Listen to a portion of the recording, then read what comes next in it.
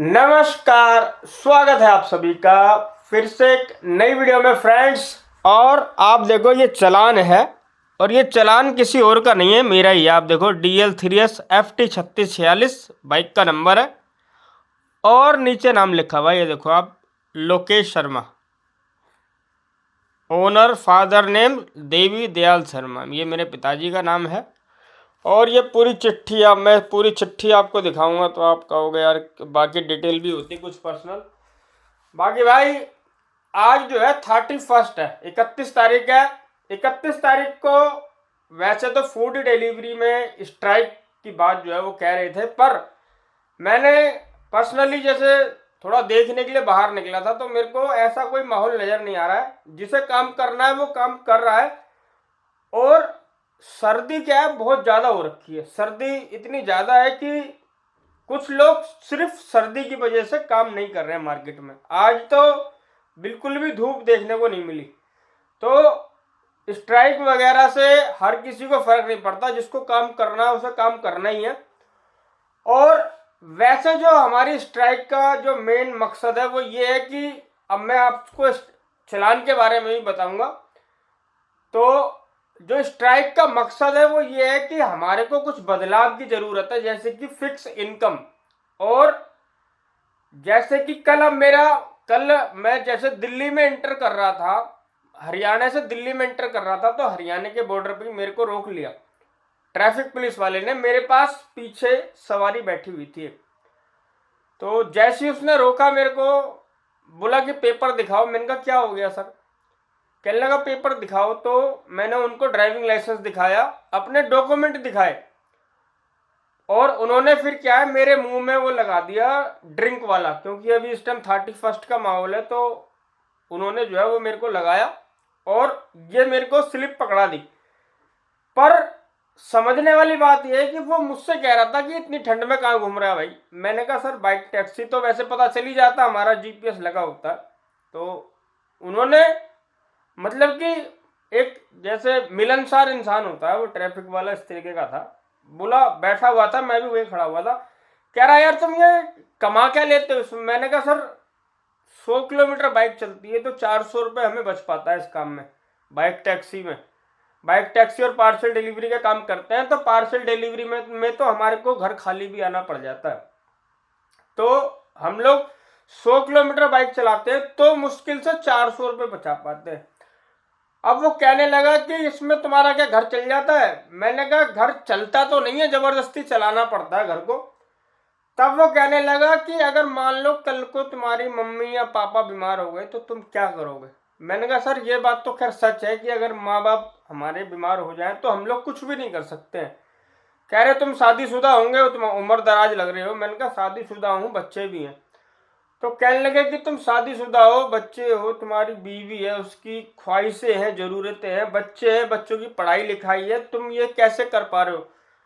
मैंने उनको बताया, मैंने कहा सर कि मैं लॉकडाउन से पहले मेरी अपनी दुकान थी और लॉकडाउन में मैं बर्बाद हुआ हूँ। उसके बाद से मैं बाइक टैक्सी का काम कर रहा हूँ। फिर मेरा थोड़ा सा काम है जिससे मेरा मतलब कि मेरे को फाइनेंशियल हेल्प हो जाती है।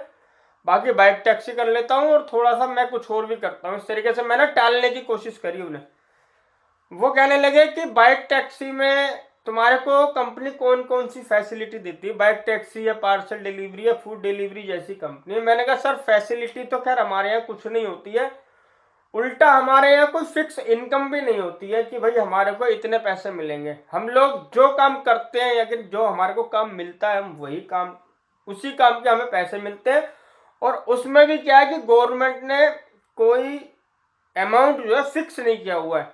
और ये जो कंपनियां हैं इनका आपसी कंपटीशन की वजह से रेट जो है लगातार गिरता जा रहा है। और जो लोग इस फील्ड में आ गए हैं वो लोग मजबूरी में इस काम को कर भी रहे हैं, क्योंकि उन्होंने बाइक खरीद ली है, घर वालों को उन्होंने विश्वास दिलाया कि भाई हम लोग इस काम से पैसे कमा लेंगे। अब उन्होंने अपने परिवार को विश्वास दिलाया और अपने परिवार से पैसे लेके मोटरसाइकिल ले लिए, तो वो लोग मजबूरी में इस काम के अंदर धंस गए हैं। और सेम यही कंडीशन टैक्सी वालों की भी है। टैक्सी में भी कई लोग अपने घर वालों को विश्वास दिलाकर टैक्सी ले लेते हैं फाइनेंस पे, उसके बाद गाड़ी फाइनेंस जब तक उसका पूरा होना होता है तब तक उसके पास इंश्योरेंस के खर्चे, पोल्यूशन और ये सारे परमिट वगैरह खर्चे आ जाते हैं। तो वो भी इस काम के अंदर आकर जो है फंस जाता है। चाहे वो टैक्सी वाला हो वो भी फंस जाता है, चाहे वो बाइक टैक्सी वाला हो वो भी इस काम में फंस जाता है, चाहे वो फूड डिलीवरी वाला हो वो भी इस काम में फंस जाता है। उन्होंने मुझको ये कहा था कि अगर मान लो चलो तुम तो उम्र दराज हो, तुम फंसे हो, तुम्हारे को और कहीं काम नहीं मिल पा रहा है, पर वो उनकी जब सबसे बड़ी चिंता ये थी कि जो 18 साल के लड़के, 19 साल के लड़के, 20 साल के लड़के जो फूड डिलीवरी करते हैं, जो पार्सल डिलीवरी करते हैं, जो बाइक टैक्सी करते हैं, उनकी जो गंभीर चिंता थी वो इन पर थी। 18, 19, 20, 21 और तो और जब से ईवी आई हैं, जैसे कि बाज हो गया, जैसे कि ये इलेक्ट्रिक जो बाज है, और यूलू हो गया और जिप हो गया है, तो इन व्हीकल्स में क्या है कि ड्राइविंग लाइसेंस की भी ज़रूरत नहीं होती है। तो इसलिए उस समय तो 15-15, 16-16, 17 साल तक के लड़के भी काम कर रहे हैं। तो उन्होंने कहा कि भाई इस काम में आप लोग अपने साल, 2 साल, 4 साल, 5 साल खराब कर लोगे और फिर उसके बाद तुम्हारे को मिलेगा क्या? यानी कि तुम्हारा इस वक्त एक एक दिन बिताया हुआ दलदल के अंदर है, यानी कि आप अपने भविष्य को पूरी तरीके से बर्बाद कर रहे हो। लास्ट में जाकर आप एक ऐसे मोड़ पर खड़े हो जाओगे जहां से आपके पास कोई रास्ता, कोई जरिया बचेगा नहीं। तो उन्होंने ये मुझको यही कहा था कि 18-20 साल के लड़कों को अपना कोई ऐसा काम सीखना चाहिए, उनके पास कोई ऐसी स्किल होनी चाहिए ताकि वो जो है समय के साथ अपना कुछ कारोबार खोल ले।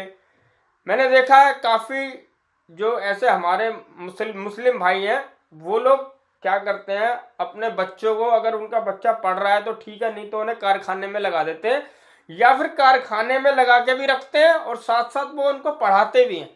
तो जो पढ़ के अपने पढ़ाई के दम पर आगे निकल जाता है तो वो अपनी पढ़ाई के दम पर आगे निकलते हैं, या फिर जो कारखाने का काम सीख रहा है और कारखाने में काम सीख गया तो वो उस कारखाने के काम को आगे बढ़ा लेते हैं।